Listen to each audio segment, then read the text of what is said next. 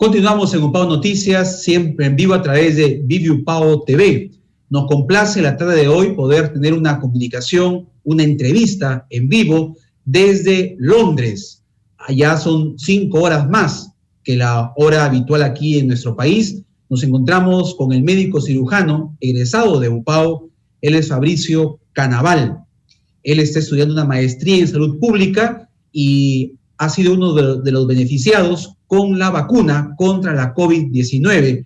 Pero para que nos cuente detalles de esta experiencia, vamos justamente a conversar ahora con Fabricio Canaval, médico egresado de las aulas de la UPAO. ¿Cómo estás, Fabricio? Bienvenido a UPAO Noticias. Buenas tardes. Buenas tardes. Bueno, buenas noches por aquí. Un gusto poder estar con ustedes ahora.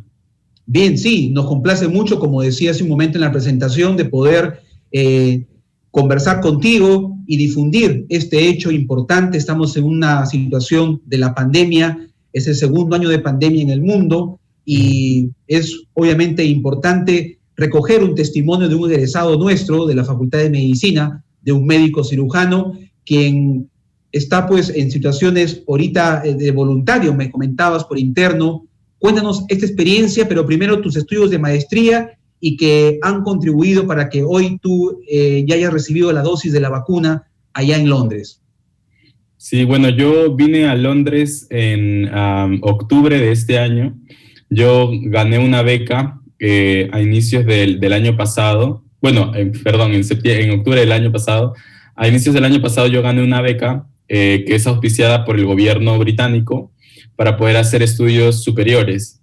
Entonces, bueno, por el tema de la pandemia, mi maestría empezaba en septiembre, pero como todo estaba cerrado de todas formas, hubieron bastantes retrasos, ¿no? Entonces yo pude viajar a Londres hasta inicios de octubre del año pasado para iniciar la maestría. Yo empecé la maestría desde Perú, a distancia, y con el horario bastante cambiado, entonces era un poco complicado.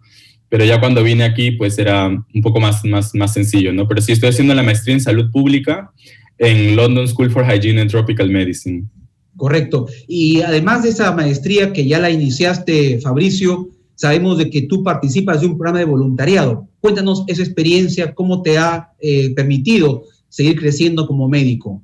Sí, yo creo que una de las... Bueno, cuando yo vine a Londres, sabía que no podía ejercer la medicina aquí, porque los títulos no se convalidan, y si hubiera querido ejercer como médico, hubiera tenido que hacer una serie de exámenes, pero no era el objetivo para el cual yo estaba viniendo aquí, sino era un año para dedicarme a los estudios de maestría. Sin embargo, hay cosas que te permiten hacer como profesional entrenado de la salud, ¿no? Para lo que no requieres tener esos permisos como de atención directa con el paciente, etcétera, que es lo que hacen los especialistas o los médicos familiares. Entonces, buscando con amigos qué hacer, sobre todo, yo creo que de una forma de también retribuirle al país, al sistema, porque me han acogido de la mejor forma. Vimos que había un voluntariado para personal entrenado, ¿no? Para poder ponerles las vacunas a los profesionales que están en primera línea. Entonces, una amiga que es médico también, francesa, que también está en mi maestría, y yo nos apuntamos para hacerlo, ¿no? Y bueno, comenzamos yo asistí un par de veces a las sesiones, a apoyar en lo que podía en mis tiempos libres. Es bastante flexible, obviamente, porque es un voluntariado. Y comenzamos a trabajar ahí, ¿no? Ayudando a la gente con las primeras dosis. Claro. ¿Qué vacunas han estado ustedes como voluntarios aplicando a los ciudadanos allá en Londres, Fabricio? Sí, en Londres se aplica Pfizer, que son 2 dosis, ¿no? Entonces, sí. ¿Ya han aplicado las 2 dosis de Pfizer? Depende, depende de cuándo se le coloca al paciente, ¿no? Yo sí coloqué algunos que era su primera dosis y algunos que era la segunda, ya la final. Entonces depende más o menos cuándo se colocan, porque la segunda dosis va después de la 3ª semana. Entonces ya cuando cumple la 3ª semana se le puede poner la segunda dosis, ¿no? Correcto. Imagino que ustedes como voluntarios tuvieron alguna sesión de preparación, de entrenamiento, de capacitación, pero bueno, tú ya estabas preparado porque egresado de UPAO estabas, como se dice, con toda la energía y la capacidad que habías logrado aquí desde las aulas corregianas. Sí, obviamente hacen una preparación y hacen una selección también del personal que va a formar parte, porque obviamente son intervenciones de todas maneras, y es un procedimiento, ¿no? Entonces hay que tener cuidado, tiene todo, como todo procedimiento tiene sus riesgos, pero sí, no, o sea, no hubo ningún problema mayor, digámoslo así, con formar parte del voluntariado ya. Claro.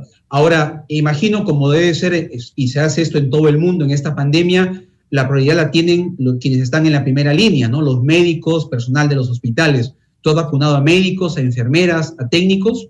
Sí, personal de salud sobre todo. En Londres ya se está pasando a la fase donde también se está vacunando a personas de la tercera edad, pero las primeras vacunas siempre fueron para los profesionales de la salud. Claro. Ahora, imagino que, bueno, en Londres, un país de primer mundo, no hay tantos mitos como aquí en Sudamérica y específicamente en el Perú, sobre todo, más que mitos, temores, desinformación de la población que se resiste a vacunarse por prejuicios o por corrientes activistas contra vacunas, como decir que van a alterar su genoma, su ADN. ¿Ha habido alguna situación similar allá en la ciudadanía en Londres? Sí, de hecho, yo creo que te sorprenderías, aunque no es como se está viendo en Sudamérica, en Latinoamérica, pero de hecho la corriente antivacunas empezó hace muchos años en Estados Unidos y luego creo que hace como 2 años fue un problema grande en Europa. Los padres dejaron de vacunar a los hijos y se comenzaron a contagiar de enfermedades que ya no existían, que ya no se veían en el continente. Por un tema de miedos, de desinformación sobre todo. Entonces, es algo que sí se ha visto aquí, aunque las personas son un poco más confiadas. Aquí hay mucha confianza en el sistema de salud, que es bueno, ¿no? Entonces, digamos que el nivel de desinformación en torno al tema de antivacunas baja mucho porque la gente realmente confía en su sistema de salud. Pero sí existen personas que son antivacunas, pero creo que uno de los fundamentos más importantes de la medicina es que está basada en evidencia, que es ciencia y que ningún profesional de la salud que se ha entrenado para hacerle bien a las personas con las que trabaja estaría dispuesto a hacerle algo, ¿no? A hacer alguna intervención de algún tipo que le vaya a hacer daño, ¿no? Entonces creo que el mensaje es el mismo aquí y en Perú y en todos lados. Cuando los profesionales de la salud nos involucramos en una intervención específica es justamente por el mejor interés de la comunidad, ¿no? De los pacientes. Así es, Fabricio. Y cuéntame de tu experiencia. ¿Ha habido alguna reacción, algunas, diríamos, situaciones, síntomas, malestar por parte de la población que ha sido vacunada? La mayoría ha reportado los síntomas que usualmente se reportan después de cualquier tipo de vacunación. Entonces, sobre todo los profesionales de la salud con los que yo he conversado, que son amigos míos que también se han vacunado, que están en la maestría, normalmente sienten dolor en la zona de la vacuna al día siguiente, algunos un poco de fiebre. Lo que sí parece es que después, en la segunda dosis, los efectos son un poquito más fuertes. Entonces, digamos que es el mismo dolor, pero, o sea, en el mismo lado, pero es un poco más intenso, o el cansancio, pero nadie ha tenido ningún efecto adverso, digamos, que lo ponga indispuesto a hacer sus actividades normales, etcétera, ¿no? O sea, yo te puedo decir desde mi propia experiencia, cuando yo recibí la primera dosis, todavía no recibo la segunda, cuando recibí mi primera dosis de Pfizer, lo único que tuve fue un poquito de dolor en el lugar en donde me pusieron la vacuna, en el mismo día que me la pusieron, al día siguiente, que supuestamente son los efectos más fuertes, yo no tuve ningún efecto adverso. Entonces también te puedo decir que depende mucho de la persona, ¿no? Claro, ahora justamente eso quería preguntarte. Tú también ya recibiste la primera dosis de la vacuna de Pfizer. Cuéntanos en qué contexto fue que tú pudiste acceder a recibir la vacuna de Pfizer. Entonces, bueno, en base a este voluntariado que estábamos haciendo con una amiga, yo tenemos dentro de la maestría un compañero que está involucrado dentro del sistema, ¿no? Del NHS, y sabemos que estas vacunas son prioritarias para profesionales de la salud, ¿no? O sea, estaría mal que alguien las tome sin necesitarlas o sin estar en primera línea, ¿no? Sabiendo que hay otras personas que las necesitan.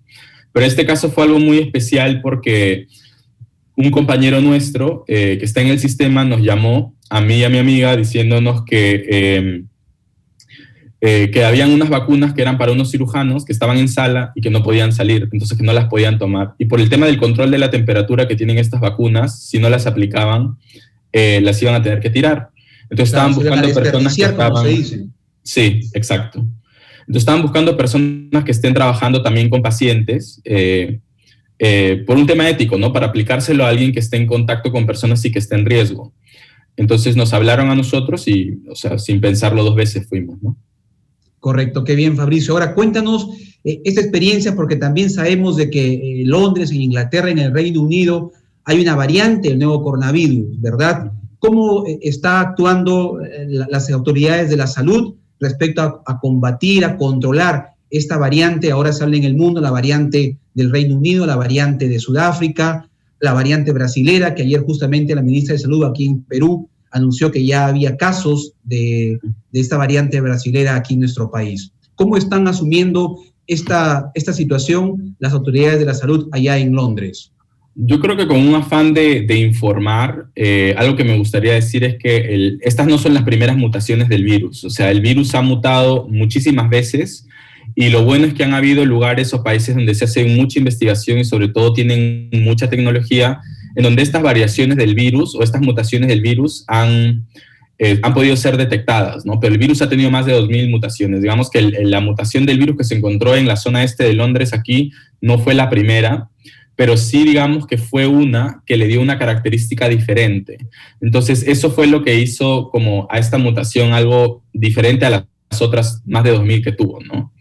Entonces, las características que se mencionan de este nuevo virus a grandes rasgos es que el virus es más contagioso, pero que es menos letal. Sin embargo, como cuando nos enfrentamos a la pandemia, es algo que se está estudiando y que no hay algo 100% como que podamos describirlo al 100%, ¿no? Las medidas que se están tomando aquí y en Europa son las mismas, solamente que se han elevado el nivel de restricciones, ¿no? Aquí en Europa se manejan en UK se manejan unos niveles de restricción específicos. Al principio fue focalizado. Estos niveles se llaman tiers. Entonces, digamos que el tier 4 es el más alto y el tier 1 es el más bajo de las restricciones, ¿no? Cuando yo llegué aquí estábamos en tier 2, que quería decir que la gente podía ir a restaurantes, podía ir a bares, podías reunirte en grupos, dentro y fuera de casas, etc. Ahora, con la nueva variante, que es mucho más contagiosa, como te mencionaba, pasamos a un tier 4. Y pasamos a tier 4, que quiere decir que las personas solamente están permitidas a salir a la calle por actividades esenciales. Uno solamente puede ir al mercado a adquirir medicamentos o puede salir a hacer ejercicio en las calles, eso sí. O en caso de que estés muy estresado, puedes salir a hacer una caminata por salud mental. Pero luego tienes que estar en tu casa, ¿no? Y perdón que te interrumpa, Fabricio, porque aquí en el Perú ahorita hay una disyuntiva, hay mucha polémica porque se les ha restringido, por ejemplo, el entrenamiento a los deportistas de alta competencia aquí en el Perú. Uh-huh. Te cuento que, por ejemplo, nadadores de la selección peruana de Lima han tenido que venir a Trujillo para poder entrenarse aquí, porque en Trujillo no estamos en confinamiento, gracias a Dios, uh-huh. Pero en otras provincias, como en Lima, por ejemplo, hay una restricción, están en cuarentena. Uh-huh. Y obviamente se reclama que el Estado tendría que ser mucho más flexible, como tú lo acabas de manifestar ahí. Sí permiten hacer actividad deportiva, aquí no les permiten porque justamente ni las selecciones nacionales ni los clubes pueden hacer sus entrenamientos. ¿Cómo es el tema del deporte? ¿Hay una autorización, una fiscalización de parte de las autoridades, de la policía? Sí, aquí no se puede hacer deportes en equipo, por ejemplo, o practicar deportes de competencia. Lo que uno puede hacer es salir, por ejemplo, yo salgo en las mañanas a trotar todos los días. Eso es lo que yo puedo hacer yo individualmente. Correcto. O si, por ejemplo, quiero salir a estirarme, a hacer ejercicios con bandas de resistencia, lo que sea, yo puedo ir a un parque solo, aislado, y ahí hacer mis ejercicios. Pero no puedo hacer ejercicios en equipo, ni hacer prácticas de ese tipo porque no están permitidas. El tema es que cuando uno hace este tipo de de actividades, uno se mezcla con personas de otros, que vienen de aquí lo que se llama households, ¿no? Que vendría a ser de otras casas, básicamente, ¿no? De otros grupos familiares. Entonces, como uno no sabe realmente cuál es la situación de salud de esos grupos familiares, el problema es que uno puede mezclarse con un asintomático y así propagar la transmisión, ¿no? Y con este virus que es más contagioso, es mucho más delicado jugar con ese riesgo. Entonces, aquí uno siempre está separado. Lo que no es obligatorio aquí es usar mascarilla en la calle, sobre todo si estás solo. Y ahora, como estamos en cuarentena en Tier 4, que es la más fuerte, es muy raro que uno se cruce con alguien en la calle. Si vas a entrar en un lugar cerrado para comprar o lo que sea, siempre tienes que usar mascarilla. Sin embargo, en el contexto como el de Perú, un contexto como el de Perú, que es socialmente más cerrado y usualmente los lugares en donde hay que hacer compras, por ejemplo, o en las farmacias, es muy poco probable que se respeten las distancias como deben de ser.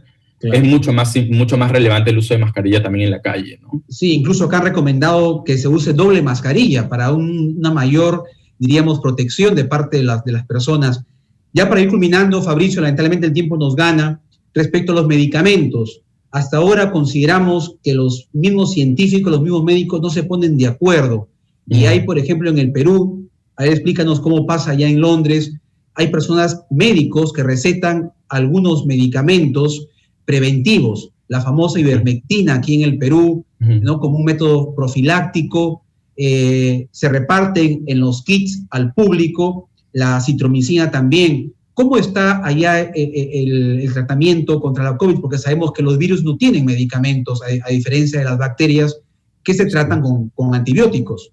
Sí, y gracias por darme el espacio de hablar de esto. Yo soy una persona que hace salud pública y creo que es muy importante educar a la población.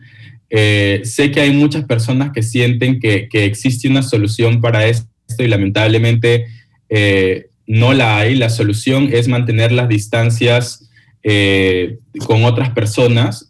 Las medidas de prevención para este virus son lavarse las manos, usar mascarilla y mantener distancia física, ¿no? Porque lo otro que me gustaría decir es que para mí el término distanciamiento social está mal utilizado. Uno tiene que mantenerse como una persona social, o sea, socialmente yo no me voy a seres humanos socialmente con naturaleza, sociables. Exacto, pero la distancia física sí hay que mantenerla. Exacto. Con respecto a los medicamentos, es muy interesante lo que mencionas porque justo hoy que produce ivermectina, o sea, que estarían extremadamente interesados en que la gente la consuma, sacó un paper, sacó un trabajo de investigación de ellos mismos diciendo que la ivermectina no está comprobado científicamente ni clínicamente que produzca algún efecto ni preventivo ni como tratamiento para los pacientes con COVID. Entonces, si un mismo laboratorio, que es una empresa privada a la que le conviene vender su producto, te dice que no existe evidencia científica para ello, quiere decir que no hay otra evidencia más grande que esto. Entonces, eso es algo que a mí me gustaría decirle a la gente, a quienes escuchen, que sigamos los protocolos, sigamos las pautas. Aquí en Londres lo que se hace es tratar a los pacientes de forma sintomática. Si tú tienes fiebre, te dan algún medicamento para la fiebre. Si quieres calmar la tos, lo hacen también. Pero no te ofrecen un medicamento que digas, bueno, con esto te va a ir bien y vas a sanarte y no sé qué, porque no hay una base científica para decir la ivermectina o la citromicina. Para corroborar lo que estás manifestando en base a estudios científicos, Fabricio, que la población internalice que no hay ningún medicamento en el mundo comprobado que sirva para prevenir o para el tratamiento de la COVID-19. Hasta el día de hoy, no. Y que dejen de consumir ivermectina. Por favor. Perfecto. Ahora, ya para ir cerrando la entrevista, hay otro medicamento que también, según unos estudios canadienses, todavía no está comprobado, ser, diríamos, el que ayude a curar, según han dicho algunos investigadores, la colchicina. ¿Qué información tienes tú sobre la colchicina, Fabricio, ahí en Londres? Aquí no se utiliza. Sé que hay estudios al respecto, pero normalmente cuando se comienzan a realizar estudios son con pacientes que están tratando de iniciar alguna algún tipo de prueba con ellos, ¿no? Entonces, yo considero que es algo que hay que tener, con lo que hay que tener mucho cuidado. Estos estudios son estudios iniciales, en donde digamos que están haciendo pruebas iniciales con pacientes. Sin embargo, hay estudios mucho más avanzados que se necesitan hacer para comprobar si los pacientes realmente responden a ese tratamiento o no. Y lo otro que hay que tener en cuenta es que hay que contextualizar también los medicamentos, ¿no? Muchas veces hay situaciones del ambiente, del contexto, de la misma parte de salud mental de los pacientes que influencian cómo los tratamientos son efectivos o no. Entonces, yo creo que hay que tener paciencia. Creo que todos estamos desesperados por tener una solución, y creo que la solución inmediata para todos ahora es mantener las medidas de prevención. Esa es mi recomendación. Y la otra es esperar a que los vacunen, ¿no? Algo que sí me gustaría dejar en claro a todos es que las vacunas funcionan, y funcionan muy bien. Nos han salvado de muchas cosas durante muchos años en la historia que tenemos en el mundo, y les pido que tengan por favor confianza en esto, que es la primera vez que yo estuve cerca de una vacuna.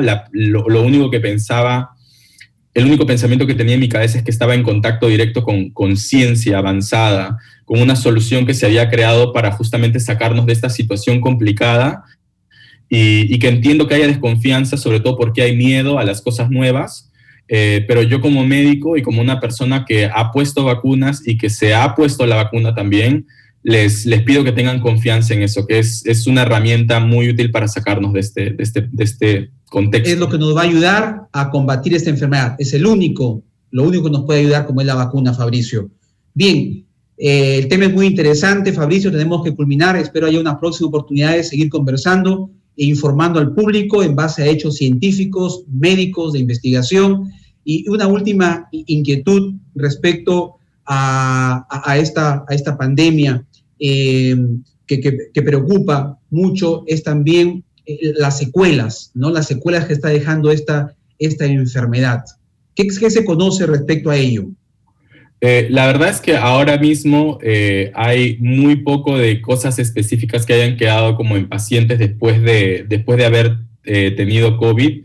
Creo que algo que es importante tener en mente, por lo menos, es definitivamente hay algunos pacientes que quedan con algunos problemas respiratorios. No tengo un estudio o un dato específico que te pueda dar. Lo que yo sí te puedo decir, que creo que va a quedar una secuela social muy grande dentro de las personas alrededor del mundo, que creo que es un efecto positivo uno de los efectos positivos de la pandemia, porque al referirme yo a secuela social me refiero a que van a haber muchas actitudes que van a cambiar para bien, entre ellas la limpieza, la higiene, exacto, la interacción, ¿no? El saber que a partir de una buena higiene puedes prevenir cualquier tipo de enfermedad. Muchísimas enfermedades, así es. Correcto. Y no podemos dejar pasar inadvertida, Fabricio, tu experiencia en UPAO. ¿Cómo ha impactado, cómo ha contribuido tus estudios de medicina aquí en UPAO, y cómo están ahora esto permitiéndote seguir una maestría en salud pública en Londres? Yo creo que es bastante interesante, porque creo que la universidad para mí fue una experiencia muy grata. Yo tengo muy buenos recuerdos de la universidad, con mis compañeros, con mis maestros y maestras de la facultad. Desde que era estudiante estaba muy involucrado en el sistema de la universidad, colaborando con las personas de la facultad, y obviamente el conocimiento que adquirí en la universidad. Creo que uno de los valores más importantes que tiene la facultad, y sobre todo la currícula que tiene la universidad, es que tiene un foco bastante interesante en salud comunitaria, ¿no? Nosotros tenemos como 6 o 5 cursos de una materia que se llama Salud y Sociedad, en donde trabajamos todo el aspecto social, prevención, salud pública. Entonces, eso me parece que es fundamental, que somos de las pocas universidades en Perú que tienen ese enfoque, que es muy importante. Otra de las cosas que a mí me permitió desarrollarme en el área de salud pública y trabajar en donde he trabajado es que yo me uní a una de las agrupaciones estudiantiles de la universidad que tiene arraigo internacional, que es IFMCA-UPAO, y pude tener cargos dentro de esa organización, no solamente en la universidad, sino también a nivel nacional e internacional. Entonces, a través de este espacio que la universidad le brinda a los estudiantes que forman parte de la federación, obviamente muchos de nosotros nos hemos podido desarrollar. Muchos de nosotros, yo tengo compañeros de UPAO que han sido parte de IFMCA UPAO también, que ahora que han tenido también cargos nacionales e internacionales y están yéndose hacia el área de salud pública, ¿no? Entonces, este espacio que la universidad le permite tener a los estudiantes y que espero que lo sigan apoyando, es muy bueno, ¿no? Yo, después de salir de la universidad y graduarme, de hecho, empecé a trabajar en salud pública directamente. Yo trabajé por 2 años en la Oficina Regional para América Latina y el Caribe de UNICEF en Panamá, en salud pública también. Y esto es una consecuencia de, como te digo, la interacción académica que tuve con la formación que nos dieron en la universidad, y este grupo estudiantil, esta ONG con la que trabajé cuando era estudiante, ¿no? Entonces, creo que es un poco de ambos, pero definitivamente, o sea, mi formación como médico en la universidad tiene un valor muy importante, ¿no? Para mí y para lo que hago hasta ahora. Qué bueno, Fabricio, te felicitamos por ello, sabemos de tu esfuerzo, tu dedicación, y ya habrá otro momento, te comprometo ya públicamente para que en otra entrevista conversemos sobre salud pública, que es tan importante. Aquí en el Perú hay mucho por hacer en salud pública, ahora se está especificando, se está profundizando en que tenemos que darle prioridad a las postas médicas, a los establecimientos de las juntas territoriales, que ya no se preocupe tanto el Estado en construir hospitales de alta complejidad, que se implementen, se capaciten a personal para que las postas médicas sean pues el lugar de atención inmediata, ¿no es cierto?, de salud primaria a las familias ante cualquier situación adversa. Muchas gracias, Fabricio Canaval, médico cirujano egresado de UPAO, estuvo con nosotros desde Londres, comentándonos sobre esta experiencia que él hace allá en salud pública, esta maestría. Ha sido vacunado y ya te falta la segunda dosis, ¿verdad? Sí, ya la segunda dosis me toca la siguiente semana, así que ya mismo. Entonces, hablaremos la próxima semana de cuál fue ese resultado y otros temas, Fabricio. Muy amable. Seguro. Muchas gracias a ti por la oportunidad y por el espacio. Hasta luego. Bien, buenas tardes. Un fuerte abrazo, Fabricio Canaval, desde Londres, estudiante de maestría pública en salud pública, egresado de UPAO. Vamos a ir a una pausa y regresamos con más información en UPAO Noticias.